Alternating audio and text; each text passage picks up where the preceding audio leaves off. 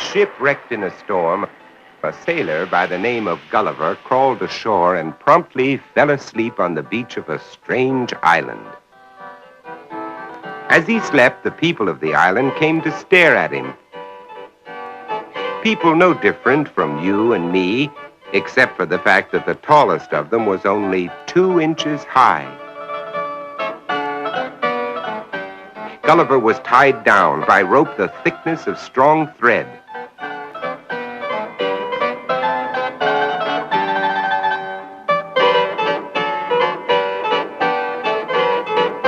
Before long, Gulliver awoke and jerked his left arm up sharply.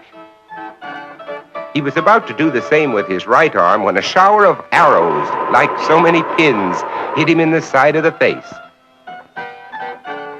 He watched as one of the soldiers, who clearly wanted a medal for bravery, steadily marched across his chest, climbing over the wrinkles of Gulliver's coat. When he was close enough, the soldier fitted an arrow into his bow and took aim at Gulliver's left eye. Not wanting to hurt the little man, Gulliver gently blew on him, which to the soldier felt like a hurricane.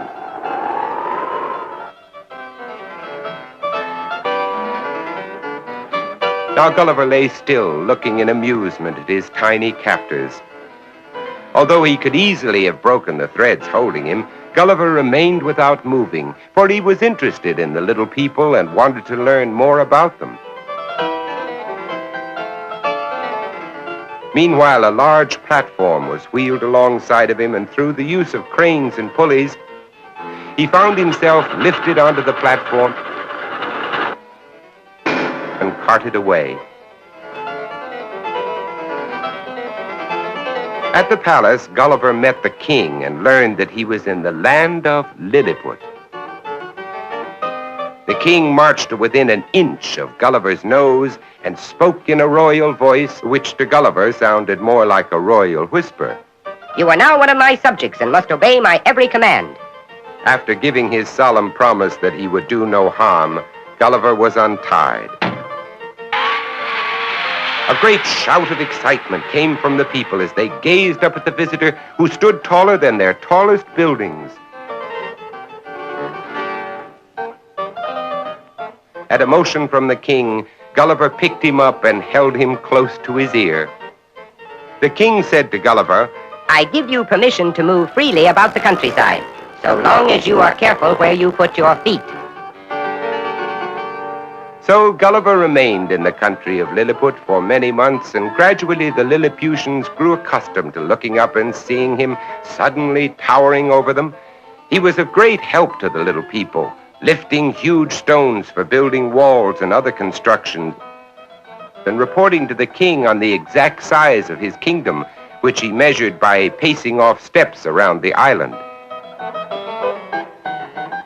In return, the king ordered new clothes to be made for Gulliver, and 200 tailors went to work on the job.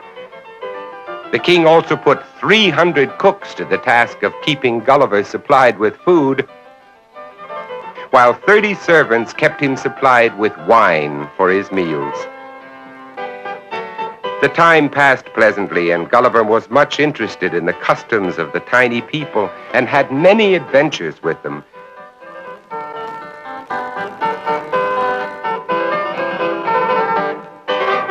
Then one day, the king told Gulliver that he should assist the Lilliputians in their annual war against the people of the neighboring island, the country of Blefuscu. A very rebellious people, The king went on, who have refused to obey the law that states that when breaking an egg, the small end must be cracked first. Obviously, there is no choice but to declare war. The opposing armies and navies were drawn up for battle. The men, horses, cannons, and ships readied. Learning that the Blefuscans were planning an invasion, Gulliver hit upon a plan for stopping them, for he did not want his new friends hurt.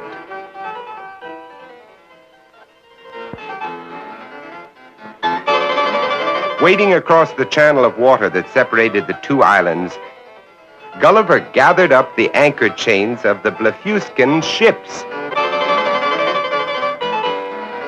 towed the entire fleet back across the channel and so frightened both armies that the war was ended before it started. Soon after, when a full-sized rowboat was washed up upon the shore, Gulliver decided it was time for him to return to his own country. With great skill, the Lilliputians sewed 100 bed sheets together to make Gulliver a sail for the boat, and gave him food and drink to last a month. When the time came for Gulliver's departure, the king and the entire population of Lilliput came down to the beach to see him off. The king presented Gulliver with his own sword as a souvenir, and Gulliver in turn gave the king his pocket watch to put in the tower of the town hall. And then, with a final wave, Gulliver set sail and took his leave of the little people of Lilliput.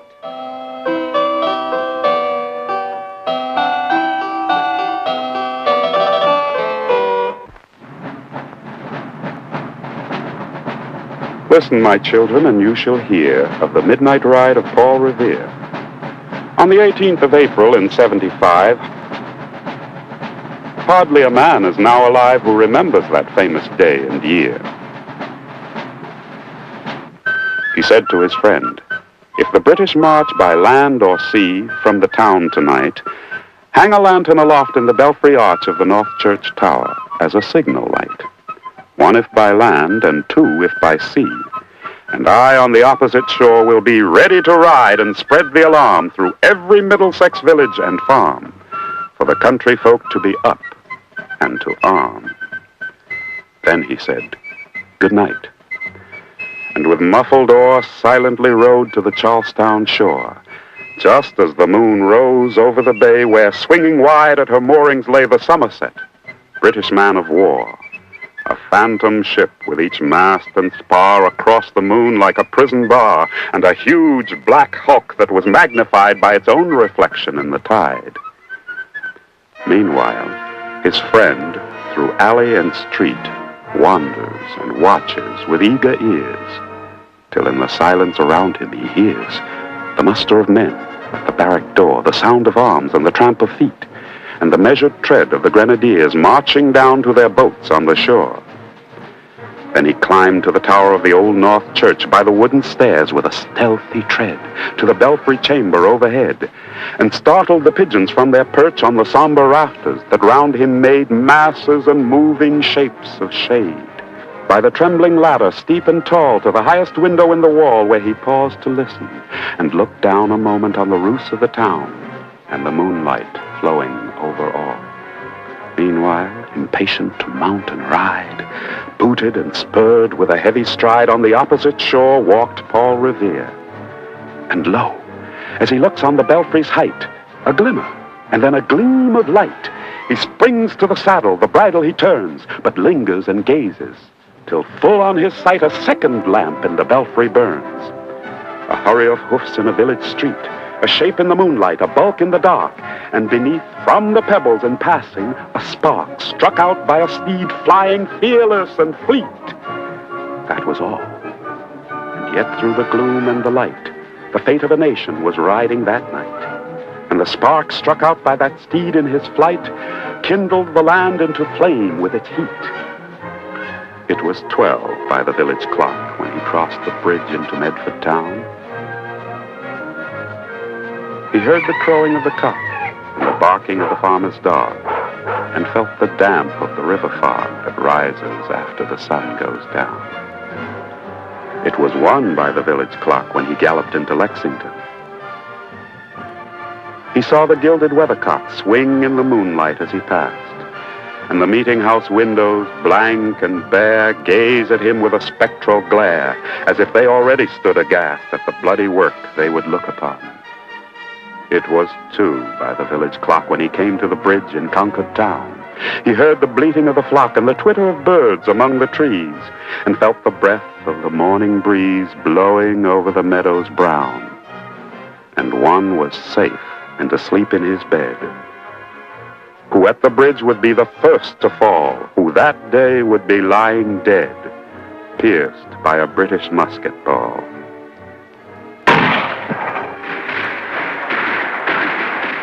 You know the rest. In the books you've read, how the British regulars fired and fled.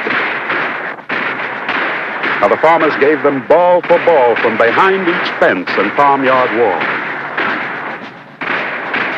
Chasing the redcoats down the lane, then crossing the fields to emerge again under the trees at the turn of the road.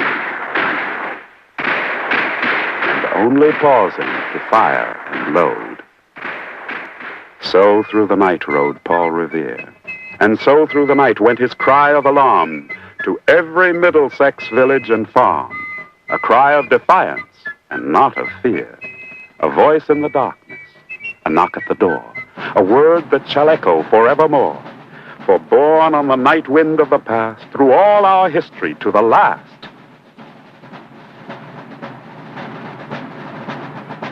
In the hour of darkness and peril and need, the people will waken and listen to hear the hurrying hoofbeats of that steed and the midnight message of Paul Revere.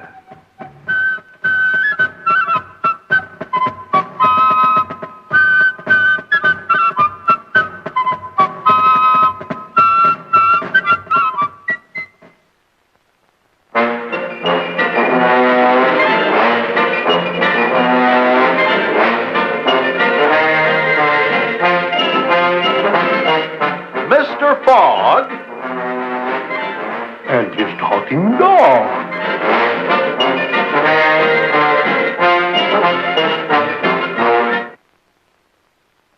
Ah, the big city with its ambitious, success-seeking multitudes. And then there are these.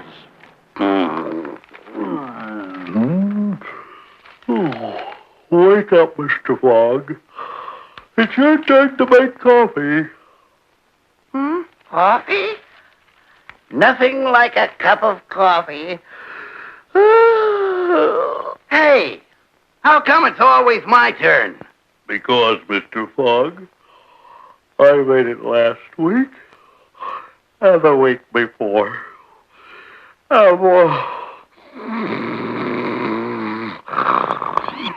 It's not that I don't trust him. Shoo! Shoo! But I better start keeping track. Oh, why does my friend the dog sleep when I am working so hard?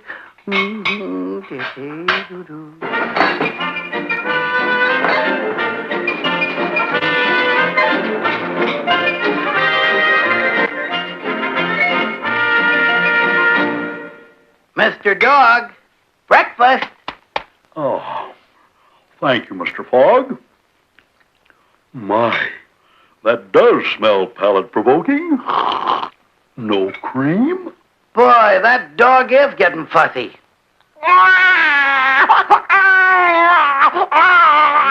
Quiet.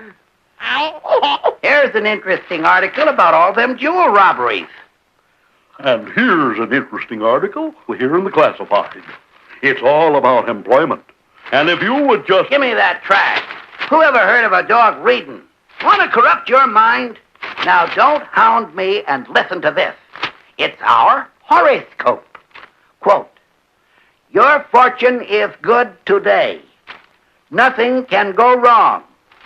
Keep alert, and many good things will be yours. Relax and enjoy them. This is your lucky day. Well, old friend, I'll just lock up the house and we'll be on our way. On our way where? Dog, you worry too much. Yes, sir, this is our lucky day. Keep alert.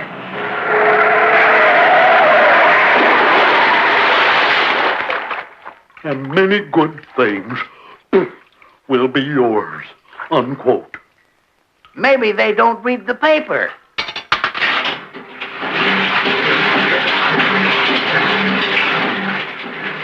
What's that? There now. We'll make a clean start to a day of good fortune. Hey, policeman! Yeah, but our horoscope said everything was going to be relaxing. Ouch! Police!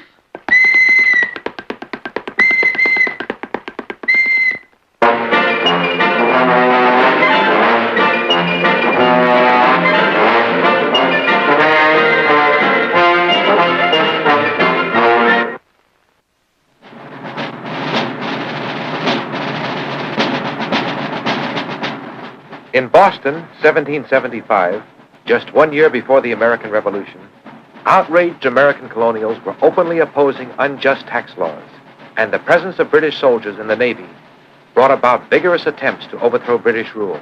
The cry was, "No taxation without representation," in angry defiance to a parliament far away across the sea in Britain, defiance which was to flare into violence and revolution. Artemus Ward recently had been made general of the new colonial army, which had been secretly formed to defend American rights. It was on this day in June that he learned the British had decided on a military occupation of all the towns around Boston. This was bad, as Cambridge would be occupied, which was the headquarters of the new American Provincial Congress. A committee of safety for the colony met and quickly decided that it appears of importance to the safety of this colony that possession of the hill called Bunker's Hill in Charleston be securely kept and defended. General Ward immediately ordered Colonel Prescott and the American militia to defend Bunker Hill, which lay directly between Boston and Cambridge. On June 10th, he had assembled his volunteer army of 900 men on Cambridge Common. At dark, they marched off to Bunker Hill. When they reached the narrow neck of land across to Charleston, Prescott decided to defend not Bunker Hill, but Breed's Hill close by, lower down, and much more difficult to defend, which meant building a new fort by daylight, sight of the British fleet.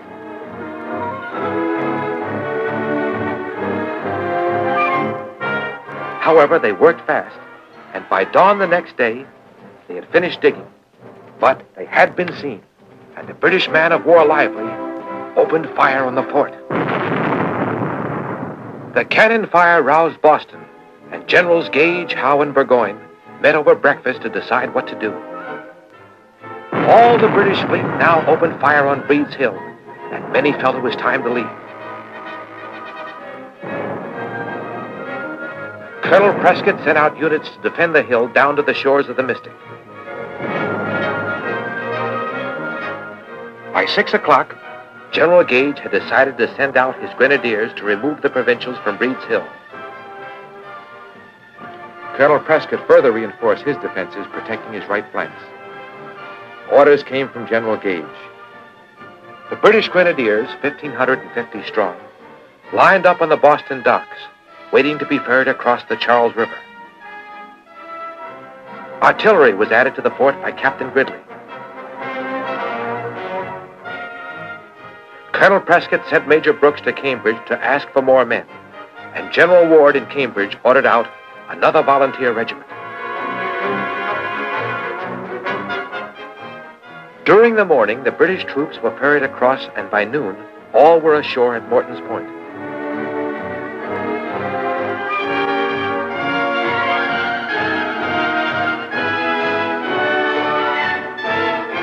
Prescott continued to build his defense down to the Mystic, and more artillery was added to the rail fence line.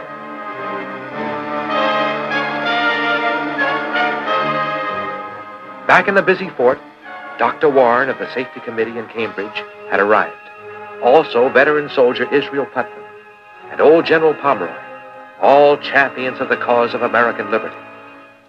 General Howe at Morton's Point, meantime, ordered Charleston to be set afire to discourage American snipers. When all the men were ashore, he ordered the drums to beat call to arms.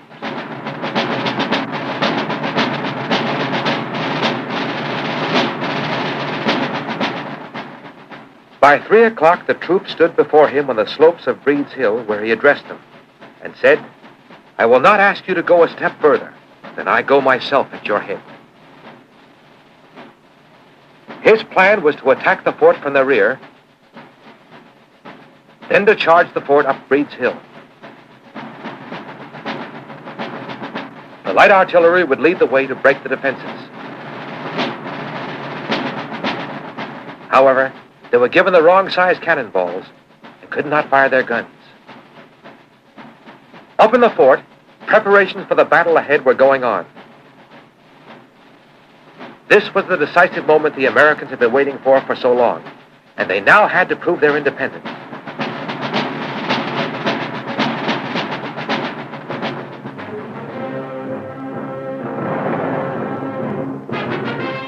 As the disciplined redcoats started their slow march up Breed's Hill, Colonel Prescott warned his men to hold their fire until they were close enough to see the whites of their eyes. The first British attack was made by the Welsh Fusiliers along the banks of the Mystic, up to Captain Stark's position behind the barricade.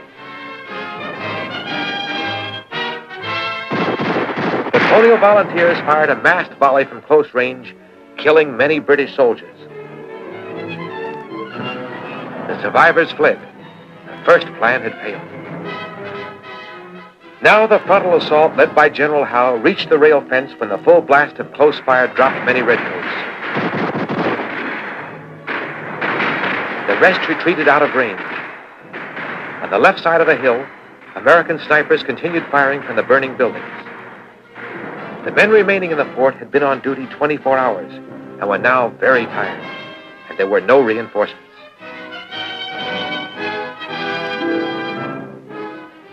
General Howe reformed his troops and attacked again.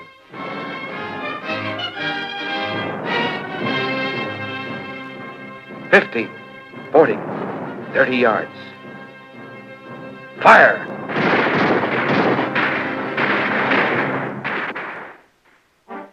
The British troops suffered heavy casualties again, wavered, broke, and fled downhill.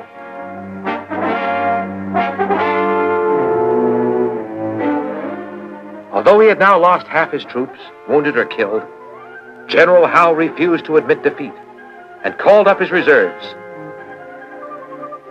The Americans in the fort, who had thought they had won, hurriedly reloaded and prepared for yet another attack by the redcoats. Low on powder and shot, they were now few in number and exhausted.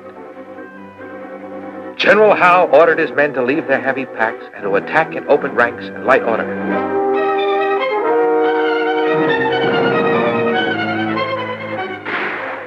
Now they were over the rail fence into the fort. It was hand-to-hand combat. Stones, rocks, anything against swords and shot, man to man. Colonel Prescott knew it was time to retreat. Dr. Warren died among the many American casualties, but the retreat was orderly. The British General Burgoyne described the American retreat as no flight. It was covered with bravery and skill. The British at nightfall had taken Breed's Hill, but with terrible casualties. 226 dead, 828 wounded. The Americans, 140 killed, 271 wounded, 30 captured. The issues between the British and Americans were now clearly defined. Things could never be the same again between the two countries. General Gage wrote to London, "The loss we have sustained is greater than we can bear." Colonel Prescott's stand became a symbol of American determination to go alone, which would unite the 9 colonies in a single protest. Breed's Hill Fort was to become a pattern for every hill around Boston, a defeat that turned into a victory, and known forever as the Battle of Bunker Hill.